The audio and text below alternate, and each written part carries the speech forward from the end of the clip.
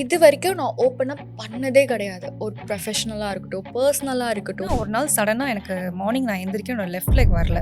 ஒரு point of டைமில் எந்திரிச்சு கூட முடியல ஆக்சுவலி பேலன்ஸ் பண்ணுறதுக்கு. L4 L5 S1 disk bulge. நீங்கள் இவ்வளோ தூரம் வந்து நின்று நடமானதே வந்து பெரிய விஷயம். சர்ஜரி 50-50. சக்ஸஸ் ஆனால் ஓகே, இல்லைனா பெர்மனெண்ட்டாக லைஃப் லாங் வீல் சேர் அப்படின்ட்டாங்க. மெயின் ஒரு ஒரு ஒரு பேசிக்கான விஷயமே என்னால் பண்ணிக்க முடியல. எனக்கு யாரையுமே டிபெண்ட் ஆகுறதும் பிடிக்காது. ஒரு குழந்தையும் தூக்க முடியல என்னால். என்னோடய குழந்தையும் பெட் ரிடன் ஆகிட்டேன். Almost 6 months bedridden. வெளியில் இது யாருக்குமே தெரியாது.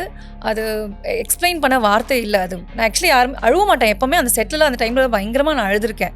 ஸோ உங்களுக்கு மேரேஜ்க்கு அப்புறம் உங்கள் மேலே வைக்கப்பட்ட ஒரு கேள்வி என்ன? பாடி ஷேமிங் பயங்கரமாக பண்ணுவாங்க அந்த குண்டா அந்த டைமில். பாயிண்ட் ஆஃப் டைமில் வந்து கமெண்ட் பண்ண ஆரம்பிச்சிட்டேன். இன்னைக்கு ஏதாவது சொன்னாங்கன்னா உங்கள் அம்மாவுக்கு இல்லையா, உங்கள் அக்காவுக்கு இல்லையா. இன்னொரு விஷயம் என்னென்னா, நம்மளோட அட்டென்ஷன் வாங்குறதுக்காகவே சில பேர் அப்படி கமெண்ட் பண்ணுவாங்க. ஸோ போக போக அப்படி புரிஞ்சதுனால ஓகே நீ பேசுறியா, எனக்கு சிம்பிளான ஒரு பட்டன் இருக்குது, டெலிட் பிளாக். ஆக்சுவலி இன்ஃபேக்ட் எனக்கு கல்யாணம் ஆன புதுசில் வந்து பார்த்தீங்கன்னா, எனக்கு என்னமோ 2 கல்யாணம் ஆகிடுச்சு, 10 குழந்தை பிறந்தது, கண்ணு மூக்கு வாயெல்லாம் வச்சுட்டு ஓகே இவளுக்கு எத்தனாவது கல்யாணம் இதெல்லாமே வந்து பேசினாங்க. எல்லாமே பேசுவாங்க. ஆடா போட வேற. ஈவன் இழைக்கும் போதையுமே வந்து அவள் ஏதோ சர்ஜரி பண்ணிட்டு வந்து இழைச்சிட்டா, எங்கே போய் இன்ஜெக்ஷன்ஸ் போட்டு வந்துட்டா, இது எல்லாமே பேசினாங்க.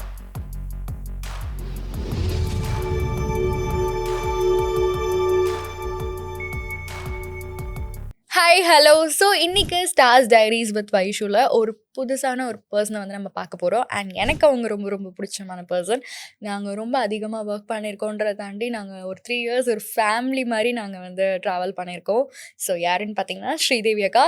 So welcome on board. Thank you Vaishu, thank you so much. உன்னை வந்து ஒரு புது ஜேர்னலில் பார்க்கும்போது ரொம்ப சந்தோஷமாக இருக்குது, கொஞ்சம் பயமாகவும் இருக்குது. என்ன கொஸ்டின்ஸ் கேட்க போகிறேன் அப்படின்ட்டு. ஏன்னா என்னை பற்றி இன்னும் அவுட் எல்லாமே தெரியும். ஆமாம். ஸோ ஹோப் ஜாலியாக கவலையப்படாதீங்க. நம்ம வந்து ஒரு 2 மணி நேரம் வந்து உட்காந்து ஜாலியாக நம்ம பேச போகிறோம். It's not like interview. எனக்கு ஆங்கரிங் வந்து வராது. ஸோ நீங்கள் எப்போவுமே வந்து ஸ்மைல் பண்ணி நிறைய நான் பார்த்துருக்கேன். ஆனால் ஸ்ரீதேவி அக்காவுக்கு ஸ்மைலுக்கு பின்னாடி எவ்வளோ ஸ்ட்ரகிள்ஸ் இருந்திருக்கு. அதை தாண்டி வந்து நீங்கள் ரொம்ப கம்போஸ்ட் அண்ட் ரொம்ப காமாக இருக்க பர்சனாக நான் நிறையவே ஷூட்டிங் ஸ்பாட்டில் பார்த்துருக்கேன். நிறைய இடத்துல நான் பார்த்துருக்கேன். பட் ஆனால் என்னதான் நம்ம காமன் கம்போஸ்டாக இருந்தாலும் நம்ம வெளியில் ஒரு ஸ்மைல் பண்ணுறோம்ல, ஆனால் அந்த ஸ்மைலுக்கு பின்னாடி நமக்கு நிறைய ஸ்ட்ரகிள்ஸ் இருக்கும். கரெக்டாக? ஸோ அந்த மாதிரி உங்கள் ஸ்மைலுக்கு பின்னாடி எவ்வளோ ஸ்ட்ரகிள்ஸ் இருந்திருக்கு ஓகே இப்போ வரைக்கும்? பயங்கரமான ஒரு கேள்வி. நான் எப்பவுமே என்னோட நீ நினைக்கிற மாதிரி இந்த ஒரு சேடான ஃபேஸ் நான் யாருக்குமே சொன்னதில்லை. ஈவன் இன்டர்வியூஸில் கூட வந்து ஸ்ரீதேவி எப்பயும் சிரிச்சிட்டே இருப்பா. ஸோ அந்த சிரிச்சிட்டே ஜாலியாகவே போயிடலாம் அப்படின்ட்டு. ஸோ என்னோட பிகினிங் ஆஃப் த கெரியர் நான் எப்படி உள்ளே வந்துங்கிறது அதுவே ஒரு பெரிய ஸ்ட்ரகிள். நான் வந்து இஷ்டப்பட்டு வரவே இல்லை, டு பி ஃப்ரேங்க். கொஞ்சம் ஃபினான்ஷியல் சிச்சுவேஷன்ஸ் கொஞ்சம் பேடாக இருந்தது வீட்டில். ஸோ அந்த டைமில் எனக்கு ஒரு ஆப்பர்ச்சுனிட்டி கிடச்சிது. எனக்கு டோட்டலாகவே உள்ளே வந்து பண்ணணும், நான் பெரிய ஹீரோயின் ஆகணும், ஷைன் ஆகணும், சம்பாதிக்கணும், இதெல்லாம் சுத்தமாக ஐடியா இல்லை. நான் உள்ளே வந்தேன்னா என் குடும்பம் சேவ் பண்ணலாம், காப்பாற்றலாம். ஸோ இது மட்டும்தான் என் மைண்டில் இருந்தது. ஸோ நான் எடுத்தோடனே என்ன கேட்டேன்னா, நான் வருவேன், எவ்வளோ நாள் கொடுப்பீங்க, எனக்கு காசு கொடுப்பீங்களா, இது மட்டும் தான் எனக்கு ஃபஸ்ட்டு வந்தது. ஓகே நீங்கள் ஃபஸ்ட்டு அதுக்கு முன்னாடி டெஸ்ட் ஷூட் வரணும் அப்படின்னாங்க. சரி ஓகே. நாங்கள் எனக்கு சுத்தமாக நடிக்க தெரியாது. டேரக்டர் என்ன சொல்லி கொடுத்தாரோ அதுவே நான் பண்ணி முடிச்சிட்டேன். ஓகே ஆயிடுச்சு. ஏன்னா எனக்குள்ள அந்த ஸ்ட்ரகிள் என்ன பார்த்தீங்கன்னா, எனக்கு வச்சு நிறைய படிக்கணும், வேலைக்கு போகணும், இந்த மாதிரி ஆசைலாம் எனக்கு நிறையாவே இருந்தது. ஸோ ஒரு வாட்டி நான் வரும்போது நம்ம கரெக்டாக டிசைட் பண்ணியிருக்கோமா, நம்ம கரெக்டான டெசிஷன் எடுத்துருக்கோமா, இல்லை நமக்கு ஃபேமிலி தான் ஃபர்ஸ்ட். ஸோ நம்ம ஃபேமிலிக்காக என்ன வேணாலும் பண்ணலாம். ஏன்னா இவ்வளோ வருஷம் நம்ம அப்பா அம்மா நம்மளை வந்து வளர்த்துருக்காங்க, நமக்கு நிறைய விஷயம் பண்ணியிருக்காங்க. இது வந்து நம்ம வந்து திருப்பி கொடுக்குற ஒரு டைம்.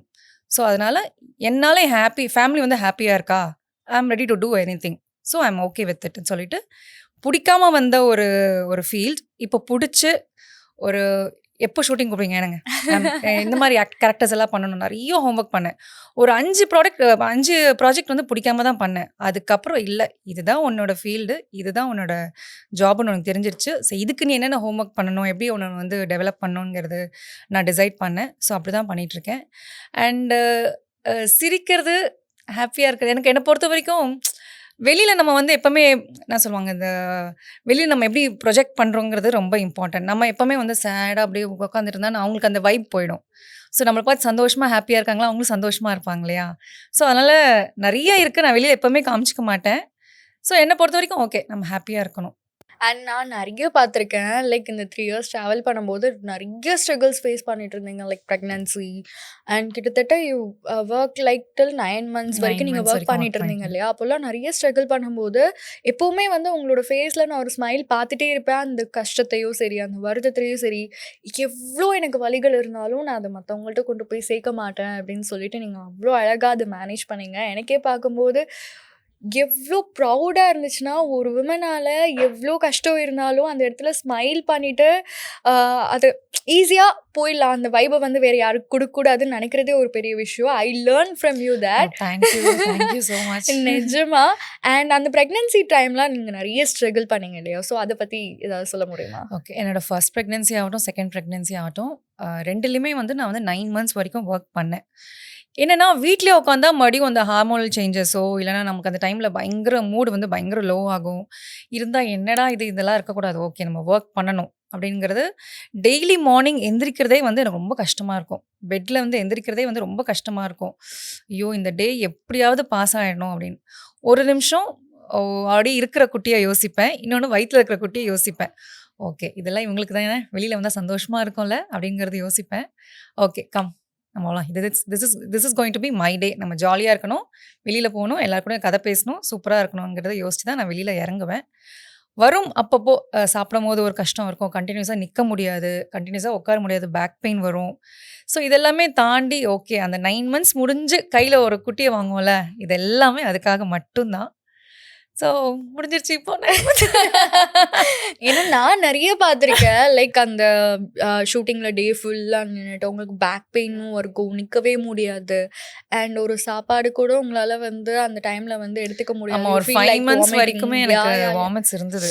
அப்போல்லாம் வந்து நான் பார்த்து நிறைய ஐயோ என்னடா இவங்க இவ்வளோ ஸ்ட்ராங்காக இருக்காங்க. ஆனால் அந்த எப்படின்னா உங்களுக்கு அவ்வளோ வலி இருந்தும் நீங்கள் அது வெளியில் காட்டாமல் like you smile to always. எப்போ வந்து நான் ஓகேவா அப்படி கேட்டாலுமே ஏன் நான் ஓகே தான் அப்படின்னு நீங்கள் ஸ்மைல் பண்ணிகிட்டே சொல்லுவீங்கல்ல. அப்போ பார்க்கும்போது ரொம்ப ப்ரௌடாக இருக்கும். பாரு உங்களுக்கு அவ்வளோ வலி இருக்குது, பட் ஷீ இஸ் லைக் இவ்வளோ காமாக அதை ஹேண்டில் பண்ணுறாங்க அப்படின்னு இல்லை. சொல்லி. ஒன்று அந்த வில் பவர், 2 வந்து நம்ம சுற்றி யார் இருக்காங்கங்கிறது. சுற்றி இருக்கிறவங்களுமே வந்து ஐயோ பாவம் இல்லை, எதுவாக இருக்கல, சரி பாவம் இல்லை அப்படின்னு நம்ம யோசிச்சா ஐயோ என்னடா இது பாவம் பார்க்குறாங்க, நம்ம எதுவும் அந்த மாதிரியா பண்ணுறோன்னு ஆகிடும். பட் சுற்றி இருக்கிறவங்க நீயும் சரி, சபரியும் சரி, உதய், இவங்க எல்லாருமே வந்து அவ்வளோ ஜாலியாக வச்சுக்கிட்டாங்க. நான் வந்து ஏதாவது சும்மா கொஞ்சம் லோ ஆனால் கூட ஏய் நடிக்கிற பத்தியா, ஏய் வா வா ஏய் அந்த மாதிரி சேரப் பண்ணிடுவாங்க. ஸோ அதுவே எனக்கு வந்து பெரிய ப்ளஸ்ஸாக மாறிடுச்சு. ஸோ என்னைக்காவது நான் லோவாக இருக்கேன் அப்படின்னா சுற்றி வெளியில் வந்து பார்க்கும்போது சில மூஞ்சிங்களாக பார்க்கும்போது சரி ஜாலியாக இருக்காங்களே, நல்ல செட்டில் நம்மளும் வந்து vibe பண்ணலாம் அப்படிங்கிறது யோசிக்க வந்துடும். கைஸ் உங்களை ரொம்ப மிஸ் பண்ணுறோம், பார்த்துக்கோங்க. இது வரைக்கும் நான் ஓப்பனாக பண்ணதே கிடையாது. ஒரு ப்ரொஃபஷ்னலாக இருக்கட்டும், பர்சனலாக இருக்கட்டும், இது ரெண்டையுமே பேலன்ஸ் பண்ணுறது ரொம்ப ரொம்ப கஷ்டம். ஸோ இந்த விஷயத்தில் ஏதோ ஒரு பிரேக் அவுட் மொமெண்ட் ஒன்று இருந்திருக்கும்ல, அதை வந்து நீங்கள் எப்படி ஓவர் கம் பண்ணி வந்தீங்க அண்ட் அதை பற்றி ஏதாவது ஒரு ஐடியா? ஓகே, இது வந்து ஆக்சுவலி ஆடியன்ஸ்க்கு தெரியாது, பட் நம்ம கூட ஒர்க் பண்ணியிருக்கோம் அவங்களுக்கு தெரியும். எஸ்பெஷலி உனக்கு நல்லாவே தெரிஞ்சிருக்கும் அந்த டைம். ஏன்னா நான் இது வந்து வெளியிலையும் யார்கிட்டையும் ஓப்பன் அப் பண்ணதில்லை. என் ஃபேமிலி, என்னோட ஒர்க்கிங் அட்மாஸ்ஃபியர், என்னோட ஃப்ரெண்ட்ஸ், என் ஃப்ரெண்ட்ஸ் கூட யாருக்குமே தெரியாது ஆக்சுவலி. என்னன்னா என்னோட செகண்ட் டெலிவரி முடிஞ்சதே ஒரு 3 monthsல நான் மறுபடியும் வந்துட்டேன் பொன்னிக்கு இல்லையா. வந்ததுக்கு அப்புறம் என்னன்னு பார்த்தீங்கன்னா, ஒரு நாள் சடனாக எனக்கு மார்னிங் நான் எந்திரிக்க என்னோட லெஃப்ட் லெக் வரல. என்ன வரல, மேபி ஏதாவது சுளுக்கு பிடிச்சிக்கிச்சா என்ன ஏதுன்னு நான் ட்ரை பண்ணுறேன். எனக்கு சென்ஸே இல்லை, நம்ப ஆயிடுச்சு, டோட்டலாக நம்ப ஆயிடுச்சு.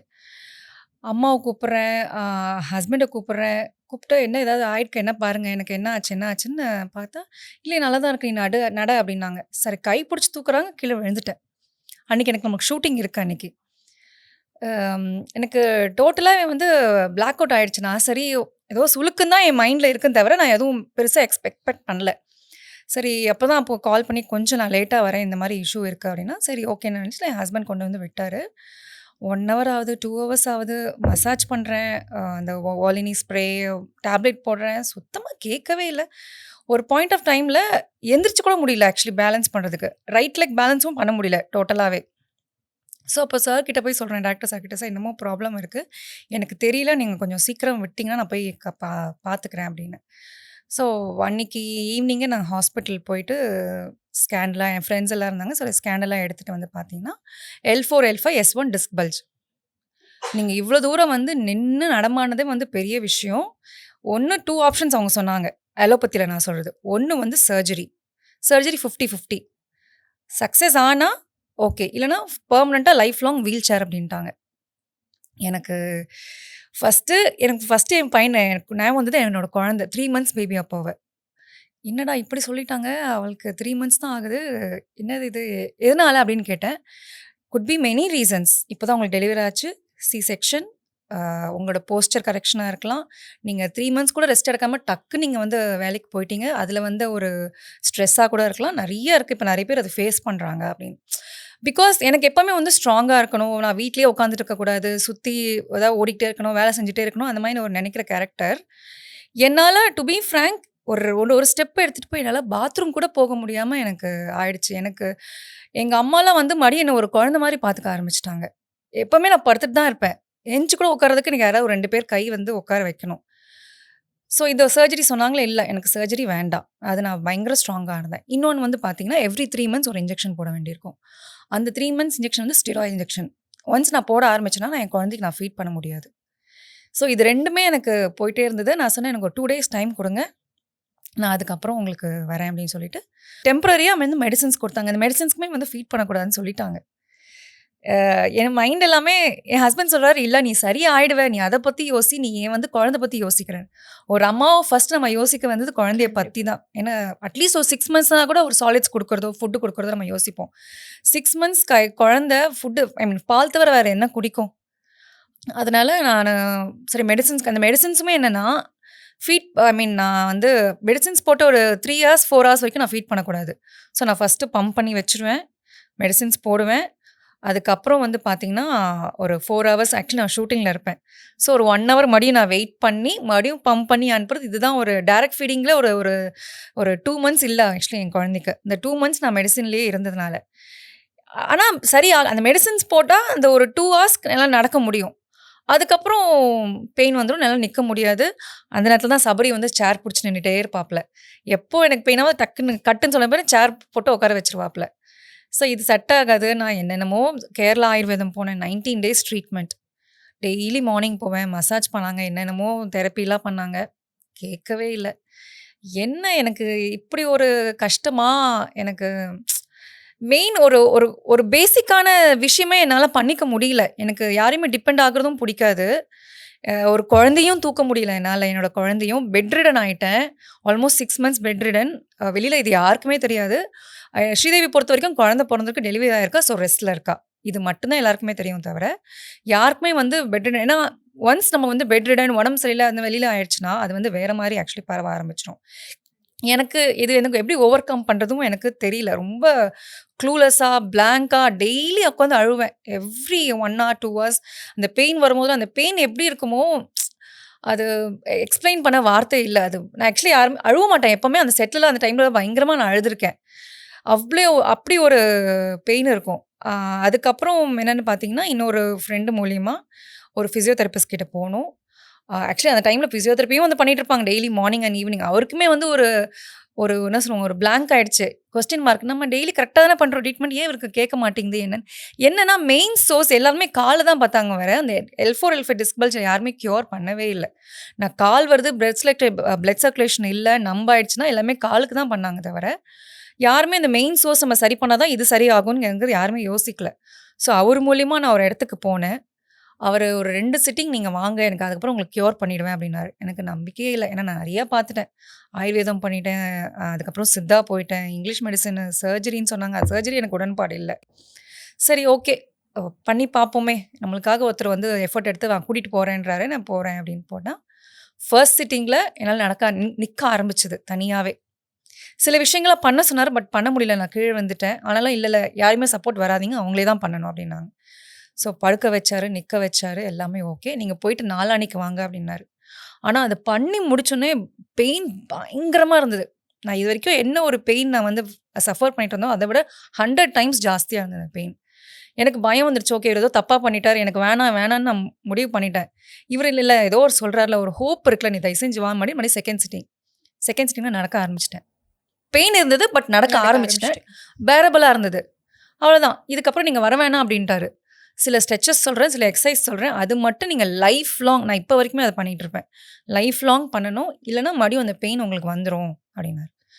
ஸோ அதுக்கப்புறம் வந்து பார்த்தீங்கன்னா ஒரு 3-4 வீக்ஸ், ஒரு 1 மந்த்க்கு அப்புறம் நார்மல் ஆயிடுச்சு. இப்போ உங்களுக்கு ஓகே? இப்போ ஓகே. பட் ஆனால் எப்பயாவது நான் ஸ்ட்ரெயின் பண்ணுறேன், ஓவராக நடக்கிறேன், ஜிம்மிங் பண்ணக்கூடாதுன்னு சொல்லிட்டார். இதுக்கப்புறம் ஜிம்மிங்கே நீங்கள் பண்ணக்கூடாது, வெயிட் லிஃப்ட் பண்ணக்கூடாது, ஸ்ட்ரென்த் ட்ரைனிங் பண்ணக்கூடாது, நார்மல் ஃப்ளோர் ஒர்க் அவுட்ஸு உங்களால் வீட்டில் என்னென்ன பண்ண முடியுமோ வாக்கிங் ஜாஸ்தி பண்ணக்கூடாதுன்னாரு.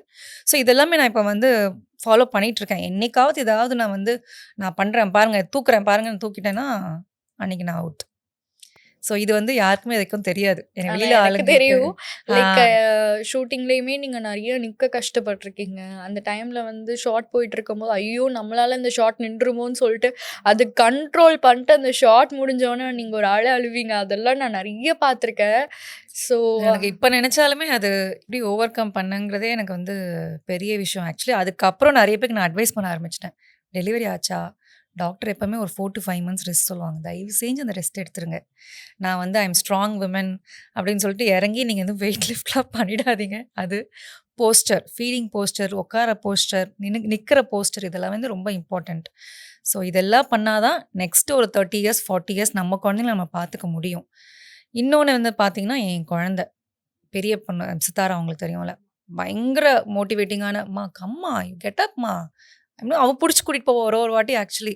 ஸோ எனக்கு அந்த 2 குழந்தைங்கள பார்க்கும்போது ஓகே இவங்களுக்காக நம்ம ஏதாவது ஒரு வில் பவர் ஜாஸ்தி ஆகிடுது, ஏதாவது நம்ம பண்ணோம்னு சொல்லிட்டு அது ஃபேமிலி சப்போர்ட், இவங்க எல்லாருமே தான் எனக்கு வந்து ஒரு மோட்டிவேட்டிங்காக இருந்தாங்க.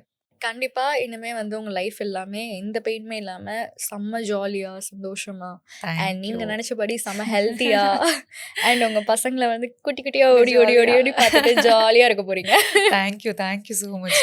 ஒரு கல்யாணத்துக்கு அப்புறம் நம்மளோட ஐடென்டிட்டி எல்லாமே நமக்கு சேஞ்ச் ஆகும். நிறைய பேர் நிறைய கருத்துக்களை சொல்லிக்கிட்டே இருப்பாங்க இல்லையா? ஸோ உங்களுக்கு மேரேஜ்க்கு அப்புறம் உங்கள் மேலே வைக்கப்பட்ட ஒரு கேள்வி என்ன? அதை எப்படி நீங்கள் ஓவர் கம் பண்ணி வந்தீங்க? ஓகே, ஆக்சுவலி ரொம்ப நல்ல கொஸ்டின். ஸோ இதுக்கு எல்லாத்துக்குமே நான் சிம்பிளாக ஒரே ஒரு ரீசன் சொல்லணும்னா அசோக். என்னோட லைஃபே வந்து தலைக்கீழ ஆகி ஒரு சூப்பரான ஒரு நிலைமையில் நான் இன்றைக்கி இருக்கேன் அப்படின்னா, இன்ஃபேக்ட் ஸ்ரீதேவியை விட ஸ்ரீதேவி அசோக் தான் எல்லாருக்குமே தெரியும். ஸோ அந்த மாதிரி மாற்றினது அவர் என் லைஃப்பில் வந்ததுக்கு அப்புறம் தான் ஃபார் ஷோர். எங்கள் அம்மா அப்பாவே சொல்லுவாங்க, உன் லைஃப் வந்து ஒரு 360 degree புரண்டி வந்து இந்த மாதிரி நீ ஒரு குயின் மாதிரி இருக்கேன்னா கண்டிப்பாக அவர் தான் அப்படின்னு. நம்ம வீட்டில் நம்ம பிரின்சஸாக இருக்கும்போது நம்ம என்ன சொன்னாலும் அம்மா அப்பா விட்டுருவாங்க. தப்போ ரைட்டோ எதுவாக தப்பாக இருந்தால் கூட என் பொண்ணு கரெக்டு தான்ப்பா, அவள் இஷ்டத்துக்கு பண்ணணும். நிறைய பேட் டெசிஷன்ஸ் எடுத்திருக்கேன். லைக் நிறையவே வந்து ஒரு ப்ராஜெக்ட் சூஸ் பண்ணுறதாகட்டும் எல்லாமே அம்மா கைட் பண்ணியிருக்காங்க. அம்மா எப்போவுமே கூட இருக்காங்க, கைட் பண்ணியிருப்பாங்க. பட் என் பொண்ணு பண்ணது சரிதான் அப்படிங்கிறது எப்போவுமே வந்து ஒரு திமிரு அவங்கக்கிட்ட இருக்குது.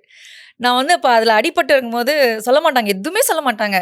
சரிடா விடுறா, பார்த்துக்கலாம்டா, விட்டுறா, உனக்கு இது பிடிக்கலையா பரவாயில்ல விடு, இது பண்ணிட்டியா தப்பு பரவாயில்ல விடு அப்படின்னு. பட் அந்த டைமில் அவங்க வந்து கரெக்டாக கைட் பண்ணி எல்லாம் பண்ணாங்கன்னா இன்னும் சூப்பராக இருந்திருக்குமே லைஃப் அப்படின்னு எனக்கு தோணுச்சு. பட் அதை வந்து ஆக்சுவலி ஒருத்தர் வந்து பின் பாயிண்ட் பண்ணி குத்தி காமிச்சது என் ஹஸ்பண்ட். ஸோ இன்றைக்குமே ஒரு டெசிஷன் நான் எடுக்க போகிறேன் அப்படின்னா கண்டிப்பாக ஃபஸ்ட்டு நான் கன்சல்ட் பண்ணுவது அவர் தான். இந்த மாதிரி நான் பண்ணலான் இருக்கேம்மா, எஸ் ஆர் நோ என்ன சொல்லு அப்படின்னு. ஸோ அவர் வந்து எஸ்னா எஸ், நோனா நோ. நோனா ஃபஸ்ட்டு எடுத்தோடனே நோன்னு சொல்ல மாட்டார். இப்படிலாம் நீ பண்ணினா இதெல்லாம் ஆகும், உனக்கு ஓகேவா நீ யோசி. எப்போவுமே டேரெக்டாக நோ பண்ணக்கூடாது அப்படிங்கிறது வராது. ஏன்னா லேடிஸ்க்கு வந்து நோன்னு சொன்னால் டக்குன்னு ஒரு சுருன்னு ஏறிடும். ஸோ எனக்குமே பிகினிங் அதெல்லாம் வந்துச்சு. அதுக்கப்புறம் இவர் எதுக்கு இப்படி சொல்கிறாரு அப்படின்னு சொல்லி அதுக்கப்புறம் அவர் வந்து சுற்றி வளைச்சி இதெல்லாம் ரீசனாக இருக்கும், நீ ஃபேஸ் பண்ணுறதுக்கு ஓகேவா, நீ இதெல்லாம் உனக்கு ஓகேனா you do it, otherwise no issues. உன்னால் ஹேண்டில் பண்ண முடியுமா, நீ தாராளமாக பண்ணிக்கோ அப்படின்னு. ஸோ அதுக்கப்புறம் இன்னொன்று வந்து பார்த்தீங்கன்னா அந்த ஃப்ரீடம். நான் அம்மா அப்பா வீட்டில் எப்படி இருந்தேனோ இப்பயும் அப்படி தான் இருக்கேன். எந்த ஒரு சேஞ்ச் எனக்கு வந்து கல்யாணம் முன்னாடி அப்புறம் எனக்கு எந்த சேஞ்சுமே தெரியல. நான் ஹாப்பியாக இருக்கேன், ஜாலியாக இருக்கேன், இண்டிபெண்ட்டாக இருக்கேன், எது வேணாலும் நான் செஞ்சுக்கிறேன், வெளியில் போகிறேன், ஊர் சுற்றுறேன். என்னென்னா எனக்கு வந்து ஃப்ரெண்ட்ஸ் ஆக்சுவலி முன்னாடி கல்யாணம் முன்னாடி வரைக்குமே ஃப்ரெண்ட்ஸ் யாருமே கிடையாது. நான் யாருமே போக மாட்டேன். ஹோம் பேர்ட், வீட்டோட ஷூட்டிங் தான் வீடு. எங்கேயாவது போனால் எங்கள் அம்மாவை கூட்டிகிட்டு போவேன், எங்கள் அப்பாவை கூட்டிகிட்டு போவேன், இந்த மாதிரி தான் இருந்தது. அதெல்லாம் எனக்கு வந்து பெருசாக டிஃப்ரென்ஸ் தெரியல. இப்போ அம்மா அப்பா இருக்கிற பிளேஸில் அவர் இருக்கார். ஸோ எங்கேயாவது போனால் நாங்கள் நினைப்பேன் என்னோட பெஸ்ட் ஃப்ரெண்ட் அவர் தான், அவரோட பெஸ்ட் ஃப்ரெண்ட் நான் தான். ஆக்சுவலி உனக்கு தெரியும். ஸோ எங்கேயாவது போனோன்னா ஓகே நம்ம இங்கே போகலாமா, ஓகே ஃபோன் பண்ண வரீங்களா, எத்தனை மணிக்கு ஆஃபீஸ் முடியுது, இல்லை உனக்கு எத்தனை மணிக்கு ஷூட்டிங் முடியுது, வாங்கன்னு அப்படி போகலாம். ஸோ இந்த மாதிரி போயிட்டுருக்க தவிர எனக்கு ஒரு சேஞ்ச் ஆகி அந்த மாதிரிலாம் எனக்கு வந்து ஆக்சுவலி ஆனதே கிடையாது. இன்ஃபேக்ட் குழந்தை பொறந்ததுக்கு அப்புறம் வேணா சேஞ்ச் ஆயிருக்கு. நினச்ச நேரத்தில் வெளியில் போக முடியல, டைம் ஸ்பெண்ட் பண்ண முடியல. ஏன்னா அவங்க நடுவில் வந்துட்டாங்க. ஸோ ஃபர்ஸ்ட் ப்ரிஃபரன்ஸ் அவங்களுக்கு கொடுக்க வேண்டியதாக ஆயிடுச்சு. பட் அதையும் மீறி ஒரு வீக்கெண்ட்ஸில் கண்டிப்பாக அவருக்கான ஒரு ஸ்பேஸ் எப்போவுமே நான் கொடுத்துருவேன். சாட்டர்டே சண்டே ஆச்சுன்னா நீங்கள் அப்புறம் வீட்டில் இருங்க, இது அம்மா அப்பா டைம், நாங்கள் வெளியில் போகிறோம் அப்படின்னு சொல்லிட்டு போயிடுவேன். ஸோ பட் என் லைஃப் ஒரு நல்ல விதமாக ஒரு ஒரு குயின் மாதிரி எனக்கு மாறி இருக்கு அப்படின்னா பிகாஸ் ஆஃப் அசோக். அண்ணா வந்துட்டாரு, வாங்க உட்காந்து பேசுவோம் அப்படின்னு சொல்லிட்டு நம்ம எல்லாம் அந்த ரூம்ல உட்காந்து பேசுறது. பார்க்குறவங்களுக்கு டக்குன்னு புதுசாக ஒரு ப்ராஜெக்ட் போடுறேன் பார்க்குறவங்கன்னா, என்ன இவரை பார்த்தாலும் கூடயே இருக்காரு, சந்தேக பேர் வழியாக இருக்குமோ, தனியாக விட மாட்டாரோ அப்படின்னு சொல்லி தோணும். பட் ஒரு ஆர்டிஸ்ட் என்கிட்ட டேரெக்டாக சொல்லியிருக்காங்க. பட் நான் சொன்னேன், அப்படிலாம் இல்லை, நீங்கள் இப்போ தானே ப்ராஜெக்ட் ஸ்டார்ட் ஆச்சு, நீங்கள் அப்புறம் பாருங்க அப்படின்னு. இப்போ என்னன்னா என்னை விட அவங்க அப்புறம் பெஸ்ட் ஃப்ரெண்ட்ஸ் ஆகிட்டாங்க. ஸோ அந்த மாதிரி ஸோ பார்க்குறவங்களுக்கு அப்படி தெரியும். பட் ஆனால் அவர் வந்து ஏன்னா அவருக்குமே ஃப்ரெண்ட்ஸ் கிடையாது. நானும் என்னோட ஃப்ரெண்ட்ஸ் தான் அவரோட ஃப்ரெண்ட்ஸ். ஸோ நான் யாரோட சுற்றுறேனோ அவரும் அவரோட சுற்றுவார். சப்போஸ் நான் இன்னைக்கு பிஸியாக இருக்கேன், ஷூட்டிங் இருக்கேன்னா ஃபோன் பண்ணி டேரெக்டாக அவங்க அப்புறம் மூவி போகிறது, வெளியில் போகிறது, சில் அவுட் பண்ணுறது இதெல்லாம் பண்ணுவாங்க. நம்மளுமே பண்ணியிருக்கோமே. ஸோ அதனால பட் என்னைக்காவது ஏதாவது ஒரு விஷயம் எனக்கு டவுட் இருக்குது, இல்லை இது பண்ண போகிறேன் அப்படிங்கிறப்போ ஃபஸ்ட்டு ஐடியா வருது அவர் தான். கேட்பேன், எஸ்னா எஸ், நோனா நோ, அவ்வளோதான். சித்தாராக்கும் குட்டிக்கும் ஒரு பெஸ்ட் ஃப்ரெண்ட்ஸே கிடைச்சிருக்காங்கன்னு தான் நான் சொல்லுவோம். ஏன்னா பெஸ்ட் அம்மா அப்பா அதெல்லாம் தாண்டி ஒரு பெஸ்ட் ஃப்ரெண்ட்ஸ். நீங்கள் எப்போவுமே வந்து அவங்க லைஃப்பை வந்து கொண்டு போகிறதுக்கு, ஹாப்பியாக கொண்டு போகிறதுக்கு நீங்கள் 2 பேரும் இருக்கீங்க எப்போவுமே. தேங்க்யூ. ஸோ ஒரு விமனாக இண்டஸ்ட்ரியில் சஸ்டைன் பண்ணுறதுல உங்களுக்கு எவ்வளோ டஃபஸ்டான எக்ஸ்பீரியன்ஸ் இருக்குது, அது என்ன? அண்ட் அன்ஃபேர் ட்ரீட்மெண்ட் ஃபேஸ் பண்ணின மொமெண்ட் இருக்கா? அன்ஃபேர் ட்ரீட்மெண்ட் என்னோடய ஃபர்ஸ்ட் ப்ராஜெக்டில் இருந்தது. நான் வந்து அப்போ தான் நியூ ஃபேஸு. என் கூட சுற்றி எல்லாருமே வந்து பயங்கர ஜாம்பவான்கள், பயங்கர எக்ஸ்பீரியன்ஸ் ஆர்டிஸ்ட்டு. எனக்கு நடிக்க வராது. ஏன்னா அப்போ எனக்கு இன்ட்ரெஸ்ட்டும் கிடையாது. நான் சொன்ன மாதிரி சும்மா வரேன், எனக்கு காசு வரைக்கும் ஈவினிங் போனால் எனக்கு காசு கையில் கொடுத்துருவாங்க. அதுக்காக நான் உள்ளே வந்தது. நானுமே எந்த எஃபர்ட்டும் போடல. அவர் என்ன சொல்கிறாரோ அது மட்டும்தான் நான் செஞ்சேன். ஸோ எனக்கு பின்னாடி நிறைய பேர் பேசியிருக்காங்க, எதுக்கு நடிக்க வரல, ஒன்றும் வரல, எதுக்கு இந்த பொண்ணை கூப்பிட்டு நீங்கள் நடிக்க வைக்கிறீங்க, ஆப்பர்ச்சுனிட்டிக்காக நிறைய பேர் வெயிட் பண்ணுறாங்க, நீங்கள் அவங்கள யாராவது போட்டிருக்கலாமே அப்படின்னு. லக்குப்பா, அந்த பொண்ணு வந்துருச்சு, இந்த மாதிரியும் பேசுவாங்க. ஆமாம், என்னத்தை வந்து கிழிக்க போகிறேன், இந்த ஒரு ப்ராஜெக்ட் தானே முடிச்சுட்டு வீட்டில் தான் உட்கார போகிறா பாருங்களேன் அப்படின்னு இது மாதிரியும் பேசியிருக்காங்க. பட் நான் எதுவுமே மைண்ட் பண்ணல. எனக்கு நல்லாவே கேட்கும் ஆக்சுவலி. நான் எதுவுமே மைண்ட் பண்ணல. பேசுகிறவங்க பேசிக்குவாங்க. பட் நான் வந்த பர்பஸ் இதுதான். எப்போ எனக்கு ஓகே போதும் அப்படின்னா நான் திரும்பி போயிடுவேன். மறுபடியும் நான் என்னோடய ஒர்க் கண்டினியூ பண்ணுவேன், என்னோடய ஜாப் பண்ணுவேன். இதுதான் என் மைண்ட் செட் சொல்லிட்டு பேசுவாங்க. அது வந்து எனக்கு நல்லாவே கிளியராக தெரிஞ்சிச்சு. பட் ஆனால் அந்த ப்ராஜெக்ட் முடிய என்ன சொல்லுவாங்கன்னா, நம்மளுக்கே தெரியும்ல, ஓகே நம்மளும் ஒரு ஏதாவது 1% இன்புட் கொடுக்கணும் அப்படிங்க. ஸோ லாஸ்ட்டில் வரும்போது அதே யார் என்ன பேசினாங்களோ, செமையாக நடிக்கிறாளே, சூப்பராக நடிக்கிறாளே, சூப்பரில், நல்ல சாய்ஸ் தான் அப்படிங்கிறதும் பேசியிருக்காங்க. ஸோ அது எனக்கு வந்து அந்த டைமில் இதே தானே இவங்களும் பேசினாங்க, இதே தானே அவங்களும் பேசினாங்க. சரி ஓகே, வாய் இருந்தால் கண்டிப்பாக யாராலும் பேசுவாங்க. காது நமக்கு இருக்குது, நம்ம வந்து கேட்குறது நம்மளோட இஷ்டம். நம்ம கேட்டு விட்டுருவோம். அது வந்து மைண்டில் எடுத்துக்கிட்டு அவங்கக்கிட்ட போய் கேட்டால் நம்மளோட நிம்மதி இதெல்லாமே போயிடும்னு சொல்லிட்டு நான் விட்டேன்.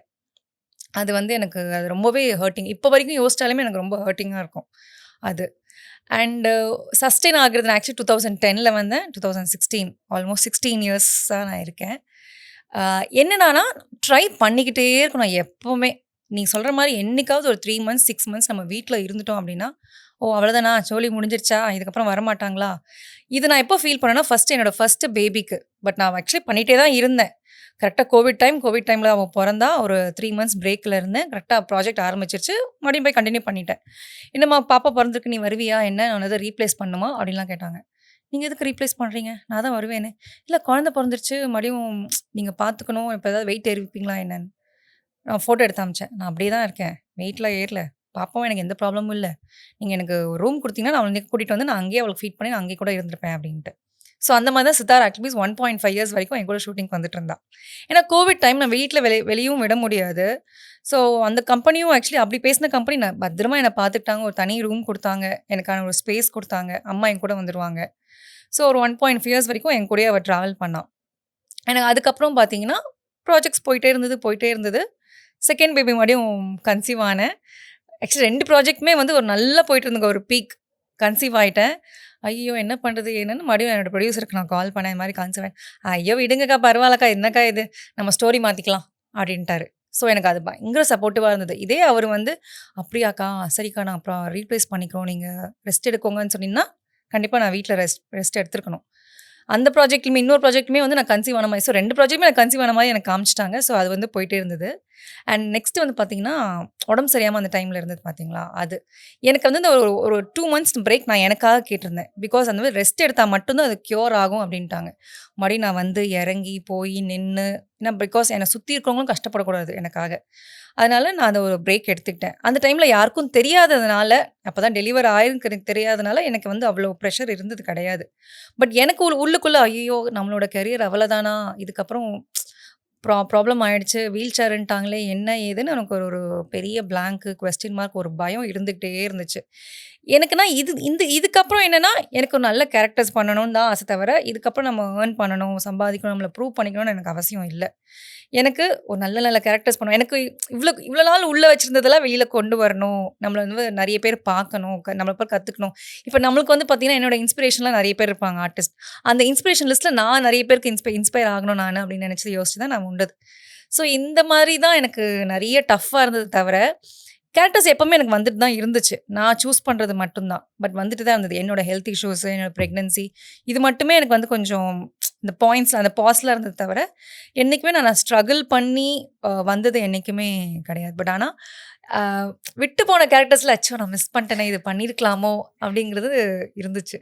2, 3 கேரக்டர்ஸ். அது கொஞ்சம் இப்ப நினைச்சாலுமே யோசிப்பேன். ச்சே மிஸ் பண்ணிட்டேனே, பண்ணியிருக்கலாமோ அப்படின்னு. கவலையப்படாதீங்க. இன்னும் ஃபியூச்சர்ல நீங்க பயங்கரமான ப்ராஜெக்ட்ஸ் எல்லாம் பண்ண போறீங்க. நாங்கலாம் உட்காந்து பார்த்து ரசிச்சுட்டே இருக்க போறோம். அண்ட் உங்க ஃபேன்ஸ் எல்லாருமே அதுக்கு உட்காந்து சப்போர்ட் பண்ணிட்டே இருக்க போறாங்க. தேங்க் அண்ட் ரொம்ப சந்தோஷமா இருக்கு. ஏன்னா எப்பவுமே விமன் டு விமன் சப்போர்ட் எப்பவுமே இருக்கணும்னு சொல்லுவாங்க. ஸோ உங்களுக்கு வந்து எப்பவுமே சித்தாரோட சப்போர்ட்டும், மம்மியோட சப்போர்ட்டும் கண்டிப்பா இருக்கும். அண்ட் நம்மளுமே வந்து லைஃப்ல நிறைய ஸ்ட்ரகிள்ஸ் எல்லாம் ஃபேஸ் பண்ணி வரும்போது எப்பவுமே வந்து நம்ம ஒன்று மட்டும் ஞாபகம் வச்சுக்கணும். நீங்கள் இப்போ சொன்னீங்க இல்லையா, லைக் நானும் வந்து மற்றவங்களுக்கு ஒரு இன்ஸ்பிரேஷனாக இருக்கணும் அப்படின்னு சொல்லிட்டு. ஸோ கண்டிப்பாக நீங்கள் ஒரு பெஸ்ட் இன்ஸ்பிரேஷனாக கம்மிங் அப் ஜென்ரேஷன்ஸில் உங்களோட கிட்ஸ்க்கே கூட நீங்கள் கண்டிப்பாக இருப்பீங்க. கண்டிப்பாக. ஆக்சுவலி ஃபர்ஸ்ட் எனக்கு அதுதான். என்னோட கிட்ஸ்க்கு நான் இப்போ எப்படி என்னோட அம்மாவை நான் இன்ஸ்பிரேஷனாக எடுத்து சில விஷயங்கள் பண்ணுறணும், அவங்க பேரும் கேட்டால் எங்கள் மம்மி டாடி தான் எனக்கு இன்ஸ்பிரேஷன் அப்படின்னு சொல்லணும்னு எனக்கு ரொம்ப ஆசை. கண்டிப்பாக. ஸோ அந்த Sithara and Bunny gonna be tell one day I have a best mom ever, I have a best women ever in my life அப்படின்னு சொல்ல போறாங்க. கண்டிப்பா. தேங்க்யூ. எப்போ வளர போலாம் தெரியல, இன்னும் குட்டியாவே இருக்கா. மதர்ஹுட் வந்து எப்பவுமே வந்து பெண்கள் வந்து இந்த உலகத்துல எவ்வளோ சாதிச்சாலும் சரி, மதர்ஹுட் வந்து நமக்கு வந்து ஒரு பிளெஸ்ஸிங் இல்லையா? ஸோ அந்த பிளெஸ்ஸிங் வந்து அந்த மதர்ஹுட் உங்க பர்சனாலிட்டியை சாஃப்டன் பண்ணுச்சா இல்லை ரொம்ப ஸ்ட்ராங் பண்ணுச்சா? ஆக்சுவலி ரெண்டுமே சொல்லலாம். எனக்கு ஆக்சுவலி என்னோட வெளி உலகத்துக்கு நான் வந்து ரொம்ப பேஷன்ஸ்ன்னு தெரியும். பட் வீட்டில் இருக்கிறவங்களுக்கு, என்னோட க்ளோஸாக இருக்கிறவங்களுக்கு எனக்கு பேஷன்ஸ் கிடையாது. டக்குன்னு கோவம் வரும். ஸோ இது நான் வெளியில் சொல்லும் போது உனக்கா கோவம் வருமா அப்படின்வாங்க. பட் ஆனால் இப்போ அந்த மதர்ஹுட் எனக்கு வந்து ரொம்ப சாஃப்டாக்கி முடிஞ்ச அளவுக்கு கண்ட்ரோல் பண்ணிக்கிட்டு வீட்லேயும் ஆக்சுவலி வெளியில் நான் அதை எப்போவுமே டிஃபால்ட்டாக வந்து ரொம்ப சாஃப்டாக இருப்பேன். வெளியிலையும் வந்து ரொம்ப சாஃப்டாகி ஓகே ஸ்ரீதேவி 1 to 5 கவுண்ட் பண்ணு, கோவப்படக்கூடாது, நம்மளும் அதெல்லாமே தாண்டி வந்திருக்கோம், ரிலாக்ஸ் ஆகு, கொஞ்சம் எது இருந்தாலும் கொஞ்சம் நீட்டாக ஹேண்டில் பண்ணு கோவப்படாமல் அப்படின்னு சொல்லிட்டு வந்தேன். ஸோ சாஃப்டன் பண்ணியிருக்கு, ஸ்ட்ராங்காகவும் ஆகியிருக்கு. ஸ்ட்ராங் இன் த சென்ஸ் எப்படி சொல்கிறதுனா, எல்லாமே நம்ம தான் பண்ண வேண்டியிருக்கோம். சம்டைம்ஸ் நம்மளுக்கு எந்த ஹெல்ப்பும் இருக்காது. அதையும் தாண்டி ஓகே நம்ம வந்து மதர், ஒரு விமன், நான் ஆக்சுவலி என்னோட பாஸ்ன்னு நினச்சிப்பேன். ஓகே நம்ம லேடி பாஸ், நம்ம இந்த வீட்டில் நம்ம இருக்கோம் அப்படின்னா நம்ம என்ன பண்ணணும், அதை நான் எடுத்து நான் பண்ணுவேன்.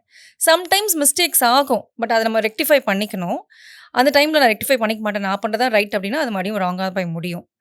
ஸோ என்னை வந்து சாஃப்டனும் பண்ணியிருக்கு, ஸ்ட்ராங்காகவும் ஆகிருக்கு அப்படின்னு சொல்லுவேன். அந்த அந்த அந்த டைமில் பெயின் ஆகட்டும், அந்த டைமில் நான் அந்த டெலிவரி டைமில் ஆகட்டும், இது எல்லாமே வந்து என்னை வந்து ஸ்ட்ராங் தான் பண்ணியிருக்கு. பசங்க கிட்ட ஹேண்டில் பண்ணுறது, வெளியில் ஹேண்டில் பண்ணுறது, இதெல்லாமே வந்து நான் சாஃப்டன் பண்ணியிருக்கு. அதுக்கப்புறம் வந்து இந்த ஃபேமிலி, மதர்ஹுட் இது எல்லாத்துக்கும் நடுவில் நம்மளே பார்த்துக்கணும். This is our self time, நம்மளோட ஓன் ஸ்பேஸ் இல்லையா? ஸோ அந்த டைமில் இந்த வெயிட் லாஸ் ஜேர்னி எனக்கு நல்லாவே தெரியும். நீங்கள் எவ்வளோ கஷ்டப்பட்டீங்க ஆஃப்டர் ப்ரெக்னன்சி, டெலிவரி, இதுக்கப்புறம் வந்து வெயிட் லாஸ் பண்ணோம் அப்படின்ற ஒரு புஷ் இருக்கும்போது நீங்கள் நிறைய கஷ்டப்பட்டீங்க இல்லையா? ஸோ அந்த வெயிட் லாஸ் ஜேர்னியை பற்றி நீங்கள் சொல்ல முடியுமா? கண்டிப்பாக. ஆக்சுவலி நான் ப்ரெக்னென்ட் ஆகுறதுக்கு முன்னாடியே கல்யாணம் ஆன புதுசில் நான் வெயிட் ஏறினேன். ஆல்மோஸ்ட் ஒரு 10 kgs ஏறினேன். ஏன்னா அப்போ தான் ஒரு நிறைய பேர் சந்தோஷம், வெளியில் போய் சாப்பிட்றது, ஜாலியாக இருக்கிறது, இதெல்லாம் வெயிட் ஏறும்போது நான் மைண்ட் பண்ணிக்கல.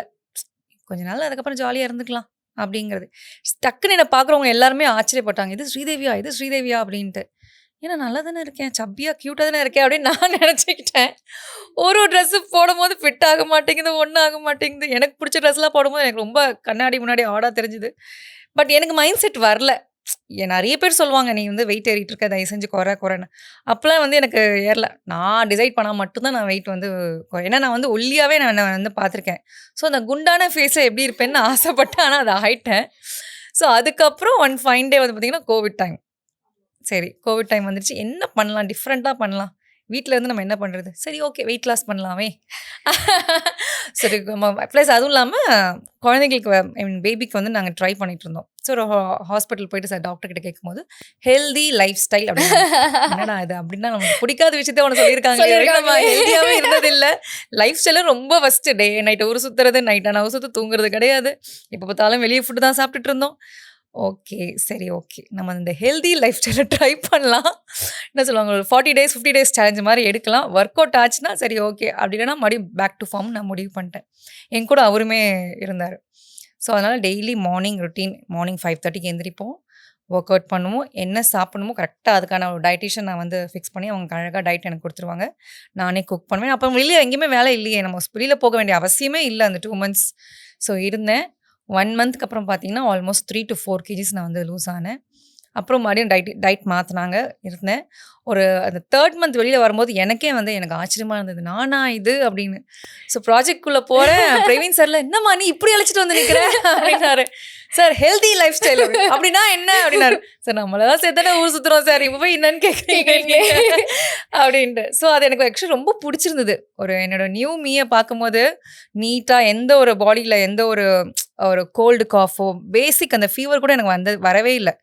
ஹெல்த்தியாக இருக்கும்போது கரெக்டாக 9:30 10க்கு நான் தூங்குறது, கரெக்டான ஒரு 7:30 8க்கு சாப்பிட்றது, 12:30 1 இப்போ வரைக்குமே நான் அதை ஃபாலோ பண்ணிகிட்ருக்கேன். 7:30 8க்குலாம் டின்னர் முடிச்சிருவேன்.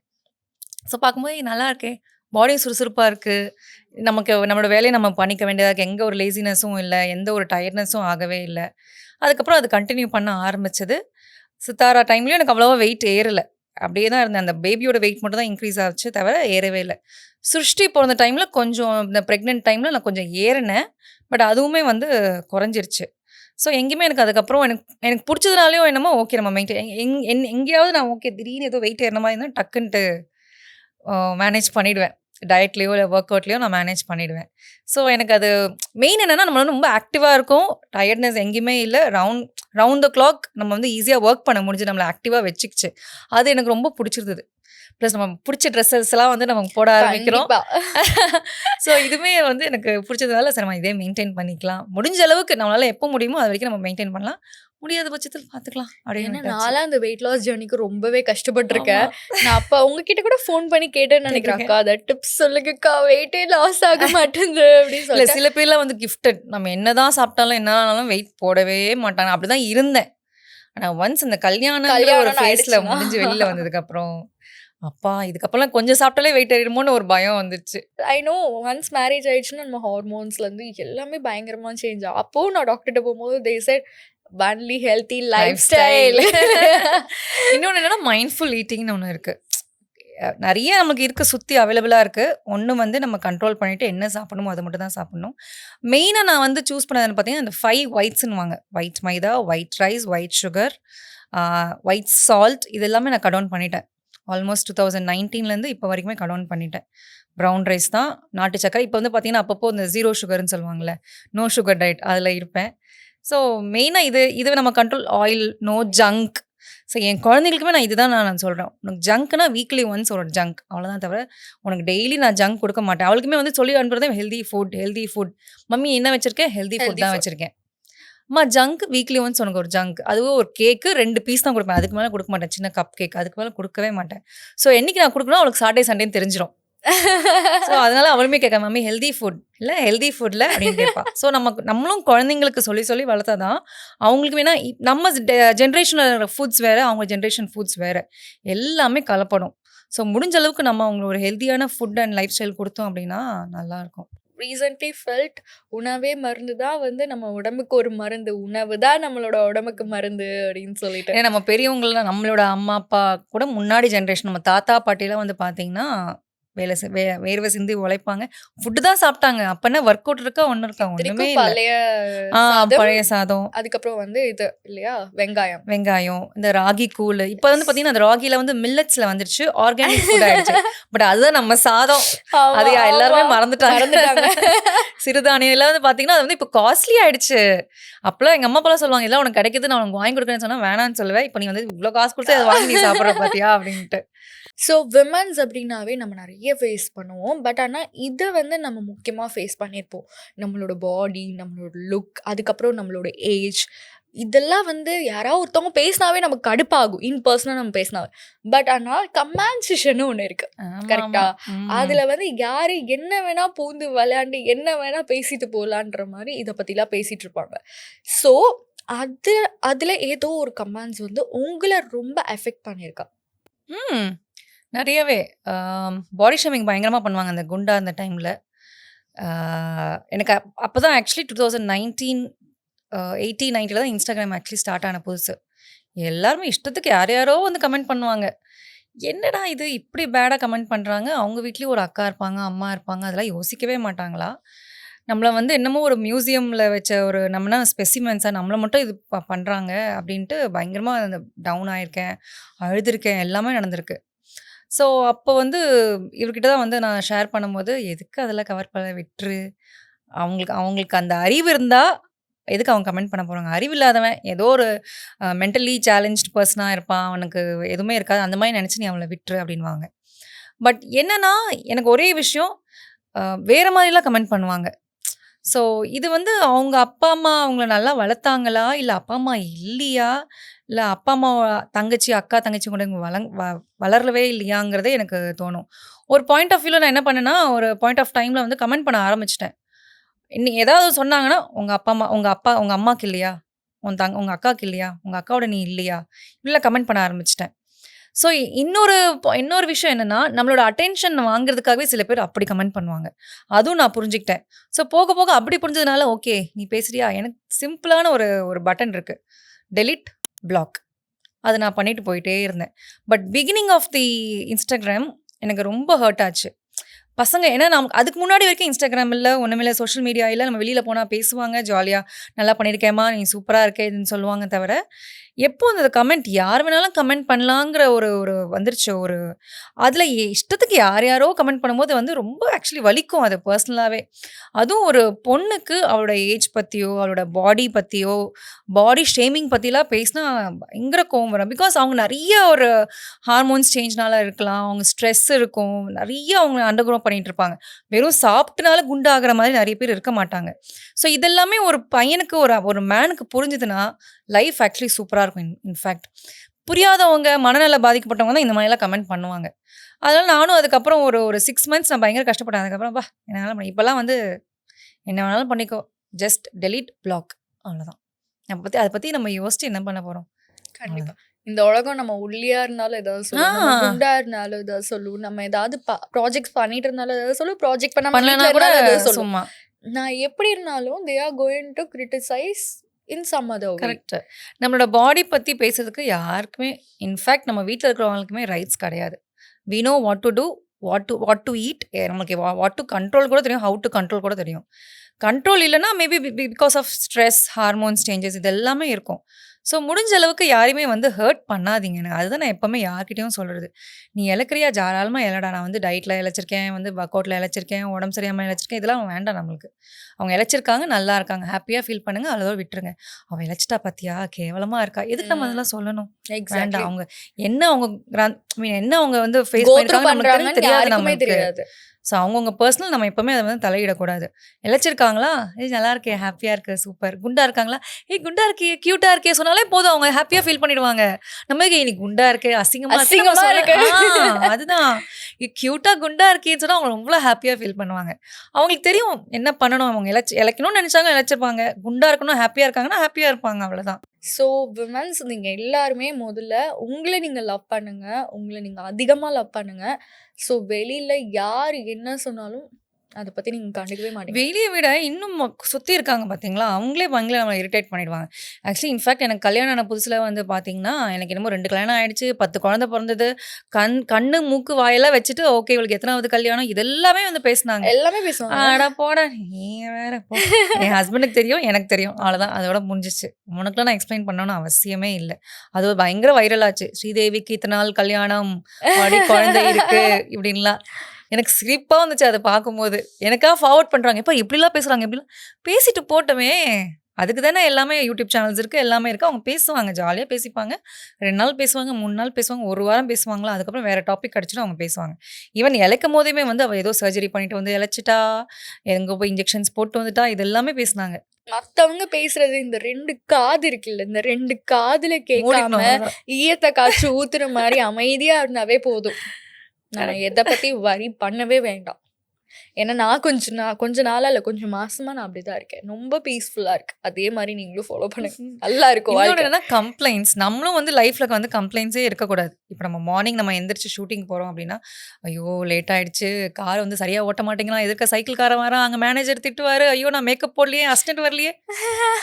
நீ அதுக்கு என்ன பண்ணணும், சீக்கிரமா எந்திரிச்சு கிளம்பணும். ஸோ உனக்கு ரோடு ஃப்ரீயாக இருக்கும், ஜாலியாக வந்து மியூசிக் கேட்டு போவேன். அங்கே நீட்டாக மேக்கப் போடுவோம். உனக்கு அசிஸ்டன்ட் வந்தானே வரலனா ஆல்ரெடி அங்கே செட்டில் வராது. இதெல்லாம் ஆக்சுவலி என் ஹஸ்பண்ட் எனக்கு சொல்லி கொடுத்தது. நான் பயங்கர டென்ஷன் பார்ட்டி பிகினிங் எல்லாம். ஐயோ ஃபஸ்ட்டு நீ ஒரு நோட் புக் எடுத்து டெய்லி கம்ப்ளைண்ட்ஸ் எழுதிட்டே வா. ஸோ அதுக்கப்புறம் நைட்டில் நீ வந்து யோசிச்சு பார்த்தீங்கன்னா, சரி இதெல்லாம் ரொம்ப சில்லியாக இருக்குல்ல. பார்த்தீங்கன்னா எப்பவுமே அந்த கம்ப்ளைண்ட் புக் வந்து 0வாக தான் இருக்கும். I stop complaining. ஸோ அதுக்கு நான் என்ன பண்ணமோ அதை நான் பண்ணிகிட்ருக்கேன். ஸோ லைஃப் நல்லா பீஸ்ஃபுல்லாக போயிட்டுருக்கு.